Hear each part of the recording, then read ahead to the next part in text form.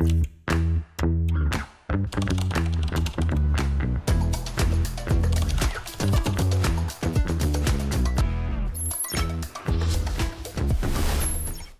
you live outside of Albania and you ask people what they know about the country, you might get a variety of responses, some unfortunately less than favourable.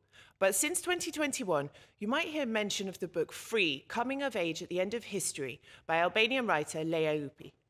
The book details Lea's experience of communism in Albania and the transition to democracy, intertwined with political persecution, family secrets, and the daily observations of a young girl. Now, upon its release, the book made waves in the literary world. It's been translated into 27 languages, has sold thousands of copies, and received glowing reviews in some of the world's leading media. Not only that, it was shortlisted for the 2021 Baillie Gifford Prize, the 2021 Costa Book Award for biography, and it won Book of the Year for The Guardian, The New York Times, The Spectator, Washington Post, and many more. In Albania, Lea was praised for putting Albania on the map, and she received congratulations from politicians, the literary community, and even the Prime Minister himself. However, the book also sparked fierce debates at a national level. Now, this debate brought to the fore decades of repressed post-communist trauma and highlighted many of the social divisions that remain even more than 3 decades since the end of the regime. In a nutshell, the debate boiled down to whether the book painted communism in a positive or negative light, and whether communism in Albania was a good or a bad thing. Now, after 2 years of messages backwards and forwards and talks of doing an interview, today I have the pleasure of being joined by Lea in the studio. Good afternoon, welcome to Inside Albania. Hello, thank you for having me. Welcome, thank you for joining me. Now, Lea, the contrast between praise received internationally and the criticism levied at a local level is stark. I've witnessed some of the vitriol that's been directed at you on social media, and it's deeply shocking. But what I want to talk about today is some of the more reasoned arguments that were brought to the fore. Now, I believe that a biography, obviously, it's a personal account of your life, and therefore it's up to you what you put in it. But do you feel perhaps there was an opportunity missed to pay a bigger tribute to the people who were persecuted, who died? But then also, does someone writing a memoir have the obligation to do this, to go beyond their own recollection? So the first thing to say is that the book didn't start as a book about Albania, and also not as a book about communism in Albania. It started as a philosophical book about the idea of freedom in different traditions of political thought. But then, as the writing process took over, it became a more personal account of my life in communist Albania and my life in a persecuted family in communist Albania. So in that sense, since the book narrates events around a family that struggled for 45 years of communist dictatorship, in every line of the book there is the experience of a persecuted family and of a descendant of a persecuted family. There are 3 chapters in the book that go into quite some detail about executions, about political prisoners, chapter 8, 9, and 10. And that is 1/3 of the first part of the book, which is the part of the book that is about communism. The rest of the book is about the transition period. So I think for those who read the book, it's very obvious that the experience of persecution is actually front, right, and center of the book. Although the tone and the writing voice is very different from other accounts you might have of life in post-communist Albania, and that's because there's more irony, there's more humor, there's more sarcasm. And it's in a line of writing and also artistic production that narrates very traumatic events from a particularly difficult and traumatic perspective, but in a way that isn't putting the voice of the person who is persecuted there, because I wasn't myself individually persecuted. It was more the experience of my family, and therefore uses other literary devices. So you might think of, in the arts world, of La Vita è Bella of Roberto Benigni, for example, who talks about the experiences of Holocaust from the perspective of a child, and with, again, irony, humor, sarcasm, and a number of other literary devices. So I think from that point of view, if one engages with the voice of the book and then reads the book in that light, we'll see much more of the criticism than perhaps appears on the surface. But I'm also very reluctant to actually instruct readers on how to read the book. So if they find that there are gaps in the argument, or that there are things that they would have told differently, I'm very open to criticism. So I'm not there to control how someone should engage with the work. Do you think that maybe, I mean, I wonder why people were so sort of angry about this. Do you think you talk about literary concepts and sort of a subtext where you gave criticism and the account in sort of a more subtle way. Do you think maybe this just went over people's heads, or perhaps they were expecting more from you on this? Yeah, although I think the author does one thing and then readers do another thing, and the meaning of the work is in both the writing and the reception. And so I don't think it's right to tell readers that they read the book wrongly, because I think it would take away the kind of freedom that you exactly want them to have when they engage with the work. I think some of the conversations were probably productive, some other conversations needed to be had. Some things perhaps pointed at gaps in the Albanian literature, in the way in which things were being recounted, and so perhaps there's other authors who will pick up the slack and continue the conversation. So I don't think, I'm very reluctant to tell readers how they should read the work. I think part of the point of a work of that kind is to open conversations rather than close them. And I feel if I were to instruct the public on what is the right way and what were my intentions and so on, I would undermine in some way the point of the work. Mm-hmm. I think it's interesting what you said, we can't instruct the readers, and I think the same could be said, you can't instruct an author on how to tell their own story, Well, yeah, I mean, this was in part one of the problems of communist Albania and of the tradition of engaging with arts, is that sometimes you'd have critics who would go to an art exhibition and would say, the painter didn't depict the sun in the right way, or the worker wasn't smiling enough, or in my case of the book, the characters weren't crying enough. And yeah. I feel there is a risk that one just repeats those canons, even though we're in a different time and place. There's a risk that some of those methods are actually still very deeply in people, and that they engage with art in a way that is instructing the author and instructing the artist on how to conduct their products. And but again, I don't think you should be hostile to that. I think you should be open to criticism and listen, and because I think it tells you something about the country, it tells you something about the way in which certain experiences are being processed even 30 years after. It tells you something about mentality that perhaps survives the fall of the structures, and one can always learn from critics, however harsh they are. And it's interesting, I, being an outsider, but also someone who's quite integrated in Albania way, I do see many, many, many things which I think are probably related to what's happened in the past, very minor things in society. So I agree with you on that point. Amongst the debate and op-eds and comments and everything, people were saying that there were sort of historical mistakes or factual issues, but I think the analysis of these depends on whether it was a fact or a fiction. And you said earlier that it started off as a sort of a philosophical take and then evolved. So can you clarify what genre is the book exactly? And when it comes to dealing with a painful history like you did in your book, is there a red line, and where is that red line for using your creative license? So I think the book has been, again, classified by those who have read it as auto-theory. I wasn't really thinking about the genre when I started. I started writing as a book of political philosophy, and then it became a first personal account, and then there are historical elements in it and political observations as well. And so I'd say the genre is hybrid, although, as I say, the critics classify it as auto-theory. I would say that the events are reconstructed from memory, and especially in the American edition, there is a disclaimer at the beginning of the book that says that some facts have been condensed and some events have been reconstructed from memory. And from what I have seen, some of the gaps or some of the factual mistakes that you point out have to do with reconstructions from memory. So just to give you an example, I think I had written in my diary that in 1991, when the book starts and there was a protest in Durrës, I went and hid behind the Stalin statue. Now it has been pointed out that the statue didn't have legs. And the fact is that whether it's a statue with legs or without legs, the point of the anecdote was to recount the cult of Stalin in communist Albania. So if there had been a factual mistake and I'd said instead of the Stalin statue there was a Churchill statue, maybe that would have had a massive impact on the argument, because it would have completely distorted the interpretation.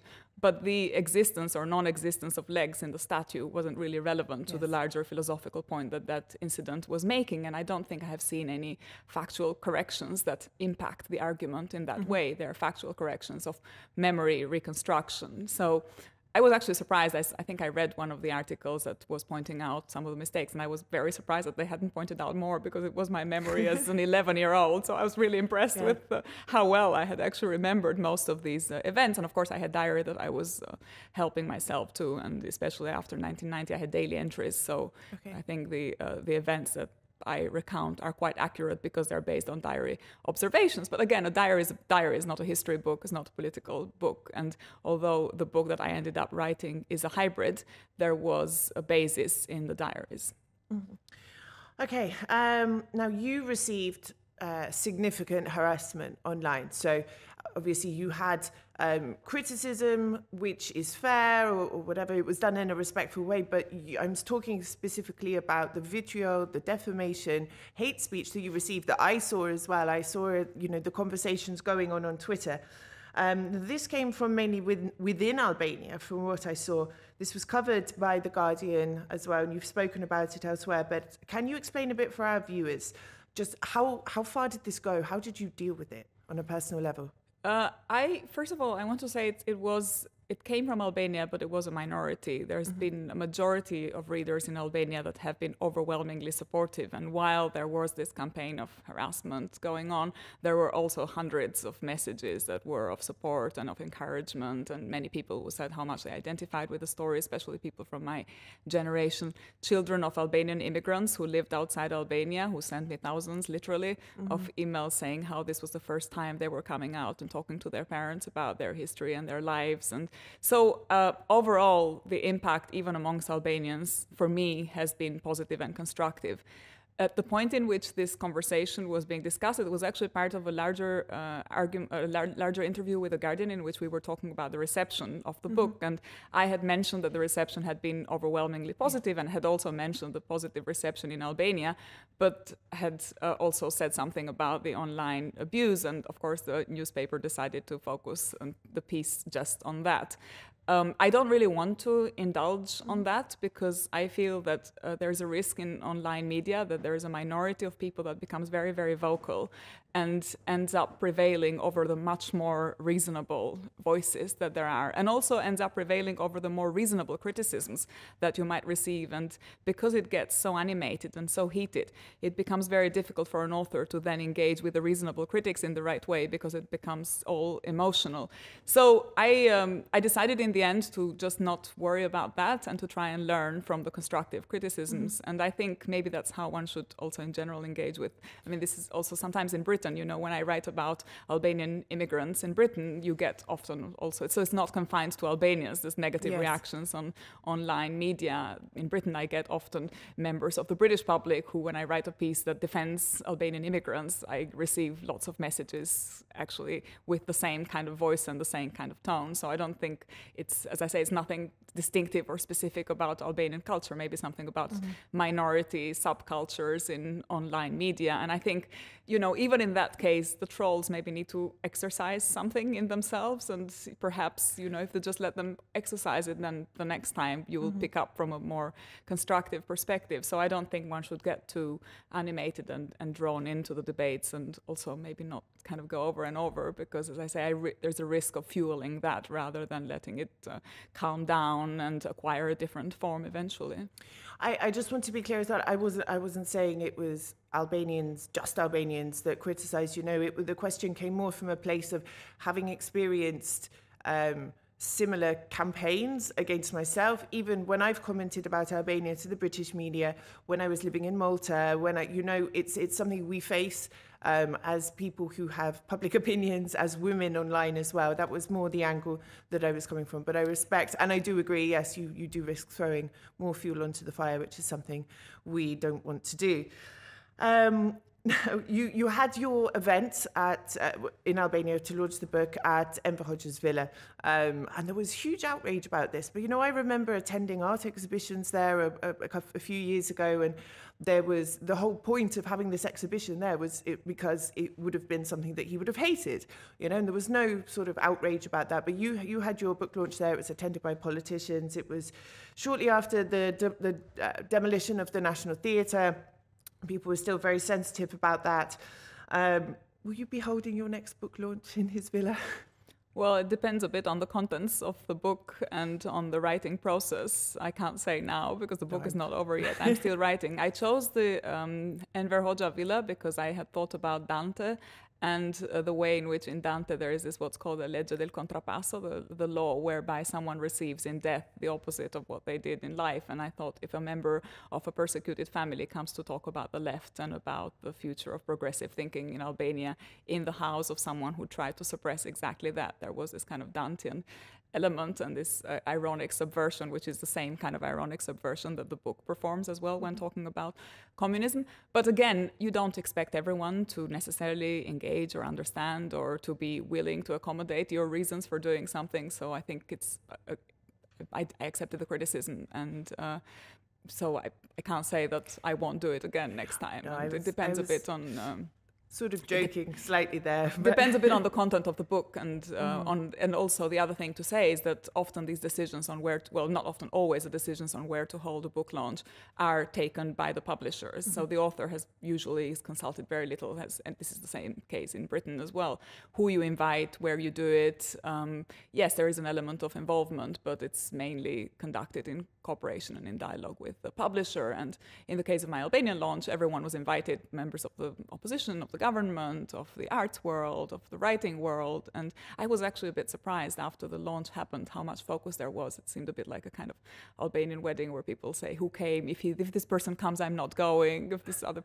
And I was a bit surprised that there was so much conversation on who was there rather than what we were there to discuss about, and on the contents of the book rather than on the show and the performance and the images. And I actually had not expected this at all. This was a bit of a surprise when I came, but maybe also an instructive feature. So. Now, you are publishing or due to publish a new book in early 2025, around springtime, and I know you're not allowed to sort of divulge too much about it, but from what I understood, it could potentially be delving more into your family history. It could be touching on some of the same periods of time as Free. Now, putting aside the less constructive criticism that you've had from the first book, will you approach this new story? Are you approaching this new story with the more constructive criticism in mind? Are your experiences with Free and its reception going to shape in any way how you will write this book? And if so, how? I actually really enjoyed writing Free, and I found myself at home in this hybrid way of writing between philosophy and politics and literature and memoir. The next book is not a first personal account because it's not about my life, it's about my grandmother's life. And although it touches on communism, a lot of the events unfold before the arrival of communism. And one of the efforts in the book is to explain how and why did communism in Albania acquire the features that it acquired. So, and I'm under strict orders from my editors not to say more about the actual contents of the book, but in some ways I could see it being exposed to some of the same criticisms because I've always in my work been interested in structures rather than individuals, and I don't think individuals are either black or white. I don't think there's good and bad people. I think there's good and bad circumstances, and in that sense the book tries to explore constraints by circumstances on different agents in different historical periods and to explain their motives, what morality they develop under those circumstances, what compromises they make, what choices they make, and so on. So it's about the kind of tragedy of action in particularly constrained circumstances, as they were in Albania even before the arrival of communism. So I could see that the book might, and since it touches on some issues, and again it narrates a history of a persecuted family with some of the elements of the story that unfold during communism, although in the very early years, it might be open to the same criticisms. And but we'll see. I don't think I will change anything in the way of writing it just because it's been criticized. Mm-hmm. I think when I write, perhaps there will be some of these criticisms that I might have internalized and absorbed, and they will show in the writing process. But I think it's not, usually it's not a good idea to be dogmatic in your writing, to think, okay, I've been, or even to think about the reception too much. Actually, as an author, it's really important to write freely and without worrying about whether the book will sell, won't sell, will be successful, will be criticized, won't be criticized, because I think that take away some of the freedom of the creative process. And so I think I will give myself the same freedom and might expect some backlash or might not. People might be more generous having understood the motives. But again, I don't think, an author should write and then let the book do their work and let the book also get criticized and debated. And I think that's hopefully productive in Albania and more widely. Now, I have one last question. It just came into my head now. So, at the end of the book, you know, you're telling the story of this girl who is, I don't know if disappointed is the right word, but feeling let down, disappointed, uncertain, unsure, insecure about this change, this transition. And 30 years or so have passed since then, and we see that democracy in Albania, we have a democracy, we have a parliament, we have political parties, the elections are taking place, you know, in a relatively calm and fair manner, but there's still a long way to go. What's your view now? How do you feel having been there at that pivotal moment in history and then looking at your country now? Well, I don't think there is actually democracy anywhere in the world, because to me, democracy means equal representation, and it means when people have equal power and equal voice to shape the laws that they subject themselves to. And that's not the case in Albania, because the rich and powerful have much more impact on the political life than normal, ordinary people. And that's also not the case in Britain. That's actually not the case anywhere in the world. So to me, democracy is an unfinished project that we all need to contribute to, and each of us contributes from their individual perspective and with their individual histories. But I don't think that, you know, there are countries that are inherently more prone or less prone to democracy. It's a mission for all of us. One last question, how would Lea from that time feel about now?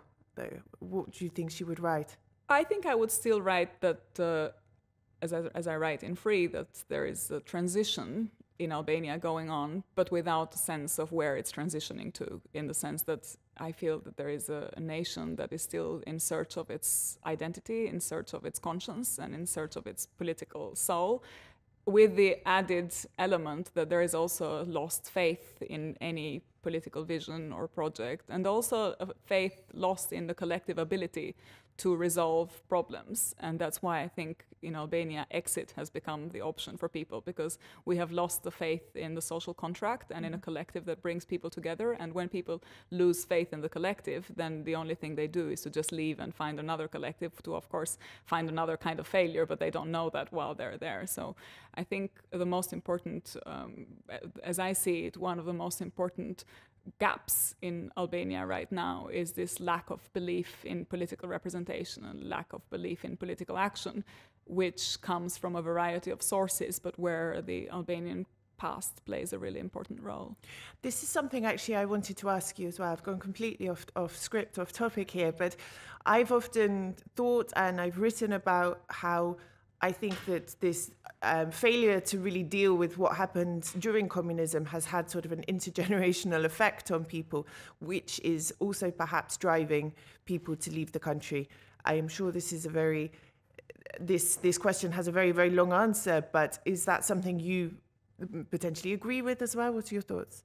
I think it's both what happened during communism, but also what happened in the transition. So what happened during communism is that you would individualize and you turn individuals into the families that they came from. And so people weren't really responsible for themselves, but it was always, you know, what biography do you have? Which family do you come from? Is this a good or a bad family? And how do they contribute to the state? Which led to a constant finger pointing and blame game that continues even after the post-communist transition, this idea that the individual is responsible for the entire collective position of their family, and it's very hard for the individual to be separated from that. To some extent, that was also, I think, reflected in some of the reception around my book, where people were saying, you know, why does she, coming from this family, have certain views, even though even the views in the family, as I try to explain in the book, were very complex and multifaceted, so there was a plurality of voices. But I think the tendency during communism was to really crash the individual on the collective, and that came with a huge burden. What happened in the transition, I think, was also played a really major role, because the idea was that everything associated to the state and to the collective was negative. And so the state had to be destroyed in every aspect. And sometimes I think now in post-communist Albania, we're still undoing the damage of some of the things that we did to the public goods in that transition period, you know, schools, health services, and so on. And so that belief in the collective was, as a result of the transition, also completely shaken and undermined. So it came from both periods. And I think what we're experiencing now is a legacy of what happened during communism, but also the inability to rectify the tragedies of communism in a right way and going in the extreme opposite, individualistic, almost war of all against war, where only the individuals was seen as the center of society. And therefore, the message to the individual was, well, unless you fend for yourself, no one is going to come and save you, because of course the state's never going to do it. And that's where I think leads to then individuals just leaving the country and thinking, okay, now I'm going to fend myself and find my own solution. So it's completely understandable, and I think has very deep roots in history, both during communism and after. And this is something which was woefully not understood by the British media when there was this big problem with migration last year. You know, they were sort of calling me up and asking, they wanted a 30-second reason for why people were leaving the country. And it's very difficult to explain to them, actually. There's not just one reason. There are many, many complex reasons, and a lot of them are not going to make the headlines you want, unfortunately. Yeah, and also one has to play a different role in these different societies. So if you're in a society of emigration, you have to hold your government accountable for why people are leaving and try to explain the reasons and try to construct politics that is more conducive to people engaging with it in the right way. If you're in a country of immigration, you have a problem of exclusion and also the impact of racism and xenophobia on existing immigrants, on the children of existing immigrants, and the impact that that has in society in Britain. And so one has to move with a different kind of criticism, which isn't about, you know, why are people leaving, but it's about why are you as a government responding to immigration in this light, rather than widening and seeing the wider problem, how immigration isn't just a problem of membership, it's a wider problem of justice. And unless you as a country contribute to remedying these injustices at a wider level, there will always be a problem of migration. So I think the parameters of the debate are slightly different depending on whether you're a country of emigration or immigration, and the kind of role of the intellectual also has to be slightly different depending on, you know, who you're tackling and how you're talking about the causes of it. Lea, thank you so much for this interview. I wish we had longer to talk, especially on this issue. Thank you very much for joining me today. Thank you for having me.